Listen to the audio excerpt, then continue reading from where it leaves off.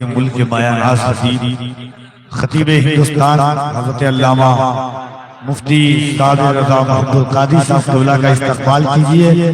نعرہ تکبیر، نعرہ رسالت، مسلک اعلیٰ حضرت، علماء ذوی الاحترام، حاضرین و سامعین، پردہ نشین خواتین، السلام علیکم ورحمۃ اللہ تعالی وبرکاتہ۔ الحمدللہ نحمدہ ونصلی ونسلم علی رسولہ الکریم، اما بعد فاعوذ باللہ من الشیطان الرجیم ببرکت بسم اللہ الرحمن الرحیم۔ ان الدین عند اللہ الاسلام، صدق اللہ العظیم وصدق رسولہ النبی الامین الکریم۔ یا رسول اللہ انظر حالنا، یا حبیب اللہ اسمع قالنا، یا شہید کربلا دافع کرب و بلا، گل رخا شہزادے گلگوں قبا امداد کن۔ غوث اعظم بمن بے سرو ساما مدد، قبلہ دین مدد کعبہ ایما مدد۔ نظر آئی ہے دنیا میں ہوا ناسازگار اپنی، نظر آئی ہے دنیا میں ہوا ناسازگار اپنی، گلے باغ خلیلی بھیج دے باد بہار اپنی۔ اور طریق مصطفیٰ کو چھوڑنا ہے وجہ بربادی، اسی سے قوم ہوئی دنیا میں بے اقتدار اپنی۔ ہمیں کرنی ہے شہنشاہ بطحا کی رضا جوئی، وہ اپنے ہو گئے تو رحمت پروردگار اپنی، وہ اپنے ہو گئے تو رحمت پروردگار اپنی۔ حضرات، میں اراکین جلسہ کو، حاضرین کو، آپ سب سامعین کو، سامعات کو مبارکباد پیش کرتا ہوں۔ شمس الاولیاء کانفرنس کے بینر تلے شامیانہ رحمت کے سائے میں بیٹھ کر آج آپ اپنی بندگی کا ثبوت دے رہے ہیں۔ میں دعا کرتا ہوں پروردگار آپ کی اس مجالست کو اور اس مشارکت کو، اس بیٹھک کو، اس خراج کو، اس عبادت کو اپنی بارگاہ میں شرف منظوری عطا فرمائے۔ منبر نور پر باوقار، مقتدر، معتبر اور معتمد مستند علماء کرام تشریف رکھتے ہیں۔ یہ آج آپ کے لیے دوہری خوشی ہے کہ آج ایک ایسا حسین موقع میسر آیا ہے کہ آپ اپنی سماعت کو بھی حاضر رکھیں اور اپنی فکری ایک جہدی کا، ذہنی ایک سوئی کا ثبوت دیتے ہوئے علماء کرام کے مبارک چہروں کو دیکھتے رہے۔ یقیناً سننے کا بھی ثواب ملے گا اور دیکھنے کا بھی مولا اجر عطا فرمائے گا۔ آئیے محبتوں کے ساتھ بارگاہ رسالت مآب میں درود و سلام کا نذرانہ پیش کریں اور جھوم کر پڑھیں اللہم صلی علی سیدنا شفیعنا مولانا محمد۔ میرے بھائی، میں نے درود پڑھنے کے لیے کہا، کیا کہا؟ درود پڑھنے کے لیے کہا۔ حدیث پاک میں آتا ہے جب تک دعا میں درود شامل نہ کیا جائے دعا بارگاہ الہی میں قبول نہیں ہوتی ہے۔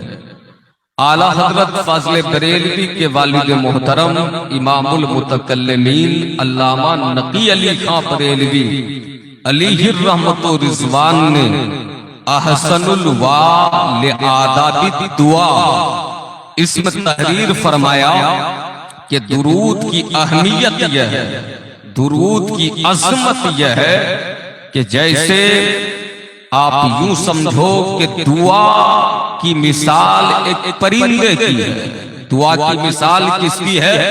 ایک پرندے کی ہے، اور پرندہ بغیر پر کے پرواز نہیں کرتا، بغیر پر کے اڑان نہیں بھرتا۔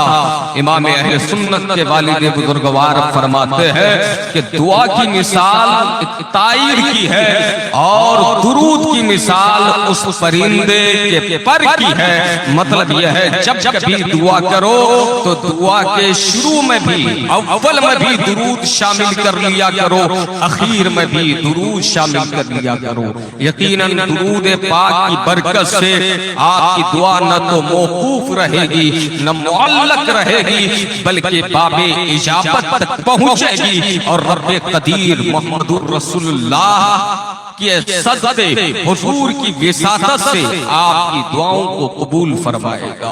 اس لیے کہ مصطفیٰ کریم کی ذات وہ ذات ہے کہ اجابت کا صحرا، عنایت کا جوڑا، دلہن بن کے نکلی دعائے محمد۔ جب مصطفیٰ دعا فرماتے تھے تو دعائیں بارگاہ خدا میں قبول ہوتی تھی۔ حضرات یہ مصطفیٰ کا اعجاز تھا، لیکن پوری ذمہ داری کے ساتھ میں آپ کو پیغام دینا چاہتا ہوں۔ آپ مصطفیٰ کے کلمہ پڑھنے والے ہو، مصطفیٰ کا دین آپ نے تسلیم کیا ہے، رسول گرامی وقار کے دامن کرم سے آپ کی وابستگی ہے۔ آپ بھی اگر خلوص کے ساتھ اس نبی پر درود پڑھ کے دعا کرو گے تو اللہ تعالیٰ کی رحمت اس دعا کا پڑھ کر استقبال کرتی ہوئی نظر آئے گی، اور آپ کی دعا باب اجابت تک پہنچتی ہوئی نظر آئے گی۔ اس لیے ایک بار اور حصول برکت کے لیے درود پاک پڑھ لیں۔ صلی اللہ علیہ نبی الامی وآلہ وأہل بیتہ واصحابہ وازواجہ وذریاتہ اجمعین صلی اللہ تعالی علیہ وآلہ وسلم۔ حضرات آپ زندہ دلی کا ثبوت ہیں، آپ مسلمان ہیں، آپ مومن ہیں، آپ کی غیرت زندہ ہو، آپ کی حمیت زندہ ہو، آپ کا ضمیر زندہ ہو، آپ اس نوعیت کے ساتھ اور ایسے منہج کے ساتھ یہاں بیٹھے اور ادب و احترام کا مظاہرہ کریں کہ زمانہ دیکھ کر کہے یہ مصطفیٰ کے کلمہ پڑھنے والے بیٹھے ہیں، یہ مصطفیٰ کے دیوانوں کا مجمع ہے، یہ بیٹھ کر اپنے نبی کی بارگاہ میں محبتوں کا خراج پیش کر رہے ہیں، اپنے خدا کی عبادت ہیں۔ حضرات اس لیے خاموشی کے ساتھ، ادب کے ساتھ، احترام کے ساتھ، مکمل وقار کے ساتھ، نیازمندانہ انداز میں یہاں بیٹھے ہیں، اور بیٹھنے کے بعد زمانہ چاہے کچھ بھی کہے، لیکن اگر آپ کا بیٹھنا مصطفیٰ نے قبول فرما لیا، خدا کی بارگاہ میں آپ کا بیٹھنا قبول ہو جائے، تو یاد رکھیں یہ بیٹھنا یہاں بھی ذریعہ نجات ہے اور وہاں بھی ذریعہ فلاح ہے، ذریعہ مغفرت ہے، باعث جنت ہے۔ اس لیے لوگوں جتنی دیر بیٹھے ہیں ادب کے ساتھ بیٹھے ہیں۔ شمس الاولیاء کانفرنس میں آپ بیٹھے ہیں، جامعہ حنفیہ کے جلسہ دستار بندی میں آپ بیٹھے ہیں، یاد رکھیں شمس الاولیاء کے عرس میں آج سے کوئی 10 سال پہلے فقیر کا خطاب ہوا تھا۔ شمس الاولیاء سرکار مفتی اعظم ہند رضی اللہ تعالیٰ عنہ کے خلیفہ و مجاز تھے۔ سرکار مفتی اعظم ہند علی رحمت و رضوان کی عطاؤں کا نام شمس الاولیاء ہے۔ سرکار مفتی اعظم ہند کی کرامت کو زمانہ شمس الاولیاء کے لقب سے یاد کرتا ہے۔ حضرات بزرگوں کی نسبت اور بزرگوں کی محبت یقیناً ہمارے لیے ذریعہ نجات ہے۔ آج اس ذات سے جلسے کو آپ نے موسوم کیا ہے، اور ایک ادارے کے بینر تلے جلسہ ہو رہا ہے، وہ ادارہ جس کا نام جامعہ حنفیہ ہے۔ یاد رکھیں ہم سب دین حنیف کے ماننے والے ہیں، ہم سب امام اعظم ابو حنیفہ کے مقلد ہیں، اور اسی نسبت سے یہاں کے ذمہ داران نے، اراکین نے، اساتذہ نے، آپ کے علماء نے، مشائخ نے نے آپ کے ادارے کا نام جامعہ حنفیہ منتخب فرمایا ہے. یاد رکھیں آپ دین حنیف کے ماننے والے ہو تو آپ کا مزاج کیا ہونا چاہیے, آپ کا مزاج کیا ہونا چاہیے, آپ کی ذہنیت کیا ہونی چاہیے, آپ کی فکر کیا ہونی چاہیے. حضرات قرآن کی ایک آیت میں نے پڑھی ہے, بہت معروف ہے, ہر جگہ دنیا کے سامنے ہم یہی میسیج دیتے ہیں اور یقیناً اس میسیج میں صداقت ہے, اس میسیج میں حقانیت ہے. اور حضرات اس میسیج کا اعتراف اغیار نے بھی کیا ہے. حضرات وہ میسیج کیا ہے؟ ان الدین عند اللہ الاسلام, بے شک اللہ کے نزدیک دین جو ہے وہ اسلام ہے. اللہ کے نزدیک صرف ایک ہی دین ہے, ایک ہی مذہب ہے. وہ کون سا مذہب ہے؟ اسلام ہے. وہ کون سا دین ہے؟ اسلام ہے. اور آپ اسلام کے ماننے والے ہو. حضرات آپ کا مذہب سب سے اچھا ہے, آپ کا دین سب سے اچھا ہے اور خدا کی نظر میں سب سے بہتر ہے. اور اس کے علاوہ دنیا میں جتنے بھی اثر ہیں ان سب کی کوئی حقیقت نہیں ہے. جب آپ کا مذہب اچھا تو مطلب یہ ہے آپ اس مذہب کے ماننے والے ہو تو آپ کو بھی اچھا بننا ہوگا. آپ کا مذہب, آپ کا دین بہتر ہے, مسلمانوں آپ کو بھی بہتر بننا ہوگا اور بہتر بن کر کے زمانے کو بتانا ہوگا کہ ہم اچھے ہیں, ہمارا دین بھی اچھا ہے, ہم اچھے ہیں, ہمارا مذہب حق ہے. سبحان اللہ. نعرہ تکبیر, نعرہ تکبیر, نعرہ رسالت, نعرہ رسالت, علماء اہل سنت. سبحان اللہ. خدا نے جو مذہب دیا وہ سب سے بہتر ہے, اچھا دین ہے, اور آپ کو بھی خدا نے اچھا بنایا ہے. یہ کوئی ایسے ہی اپنے من کی بات نہیں کر رہا ہوں, اپنے دل کی بات کر رہا ہوں, وہ جو قرآن نے کی ہے. اللہ تعالیٰ نے مسلمانوں کو جو منصب عطا فرمایا ہے, اللہ فرماتا ہے کنتم خیر امۃ اخرجت للناس تأمرون بالمعروف وتنہون عن المنکر. اللہ فرماتا ہے تم بہتر امت ہو. کیا مطلب ہے؟ تمہارا مقام بلند ہے, تم بہتر امت ہو, اور تمہاری ذمہ داری کیا ہے, تمہاری بہتری کی وجہ کیا ہے؟ افراد جو تمہیں خدا نے بہتر بنایا ہے, رب نے فرمایا تمہیں لوگوں سے نکالا گیا ہے اور لوگوں کے لیے بھی نکالے گئے ہو. لوگوں میں سے تمہارا انتخاب ہوا ہے اور لوگوں کے لیے بھی انتخاب ہوا ہے. تمہیں بہتری کا, عزت کا اور شرف کا, کرامت کا تاج رب قدیر نے عطا فرمایا ہے. حضرات تمہاری ذمہ داری کیا ہے؟ تامرون بالمعروف وتنہون عن المنکر, لوگوں کو اچھائی کا حکم دو اور برائی سے روکو. یہ قرآن نے کہا آپ کا دین سب سے اچھا,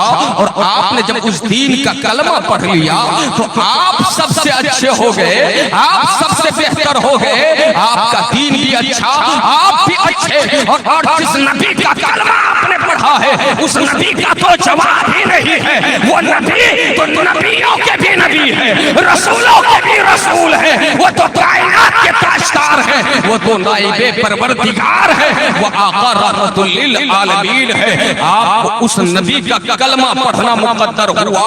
یہ دین میں داخل ہونے کے بعد, دین میں جس کلمے کے ذریعے آپ داخل ہوئے, حضرات جس نبی کو خدا نے صرف آپ کے لیے نہیں بھیجا, آپ کے لیے نہیں بھیجا, اور انبیاء آئے اور رسولان اعظام آئے, وہ کسی قوم کے لیے آئے, کسی قبیلے کے لیے آئے, کسی علاقے کے لیے آئے, کسی خاندان کے لیے آئے, لیکن آپ کا اور ہمارا نبی, آخری نبی جن کا آپ کلمہ پڑھتے ہو, اس نبی کو خدا نے آپ کے لیے صرف نہیں بھیجا بلکہ ساری کائنات کے لیے بھیجا.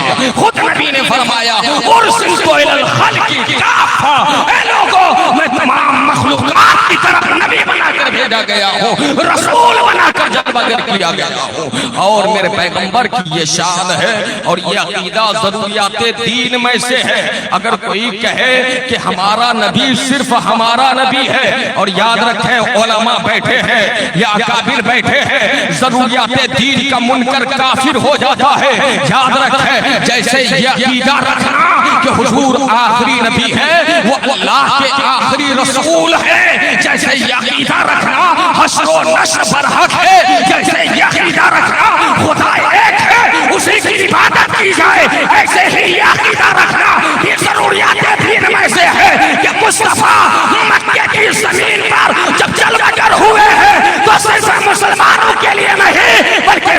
دنیا کے انسانوں کے لیے جلوہ گر ہوئے ہیں، ساری مخلوقات بے شک حق ہے، سبحان اللہ، ماشاءاللہ۔ آپ اس نبی کا کلمہ پڑھتے ہو، آپ اس نبی کا دین مانتے ہو، حضرات میرے پیغمبر علیہ الصلوۃ والتسلیم کی شان، آپ جس نبی کا کلمہ پڑھتے ہو، اللہ عز و جل نے فرمایا یا ایھا الناس انی رسول اللہ الیکم جمیعا، یعنی میرے پیغمبر فرماتے ہیں اے لوگو میں تم سب کی جانب اللہ کا رسول بن کر آیا ہوں، سب کے لیے مصطفیٰ رسول بن کر آئے، امن کا پیغمبر بن کر آئے، شانتی کا داعی بن کر آئے، ساری دنیا کو عدل کا سبق پڑھانے کے لیے آئے، انصاف کی خیرات عطا کرنے کے لیے آئے، دبتی ہوئی انسانیت کو دبنے سے بچانے کے لیے مصطفیٰ تشریف لے آئے، زوال پذیر انسانیت کو عروج و اقبال کے سورج سے آشنا کرنے کے لیے مصطفیٰ تشریف لے آئے۔ آپ اس نبی کا کلمہ پڑھتے ہو کہ جن کی شان یہ ہے ہو نہ یہ پھول تو بلبل کا ترنم بھی نہ ہو، چمن دہر میں کلیوں کا تبسم بھی نہ ہو نہ یہ ساتھی تو پھر میں بھی نہ ہو، خود بھی نہ ہو، وصل توحید بھی نہ ہو، دنیا میں تم بھی نہ ہو، خیمہ افلاک کا استادہ اسی نام سے ہے، نبض ہستی تپش آمادہ اسی نام سے ہے۔ سبحان اللہ، نعرہ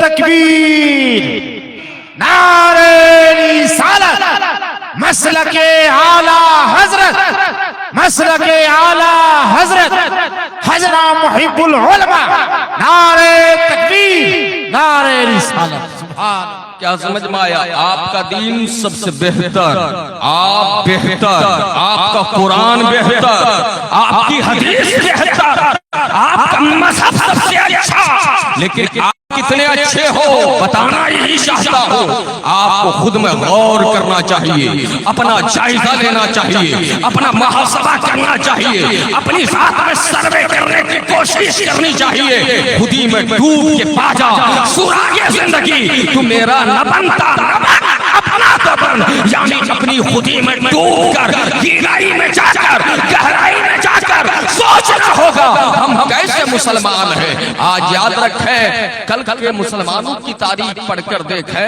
تو پیارے انہیں دیکھ کر زمانہ کلمہ پڑھتا تھا، لوگ دامن اسلام سے وابستہ ہوتے تھے۔ کل کی تاریخ میں بتاتی ہے یہ جو اسلام پھیلا ہے، آپ کہو گے کیسے پھیلا؟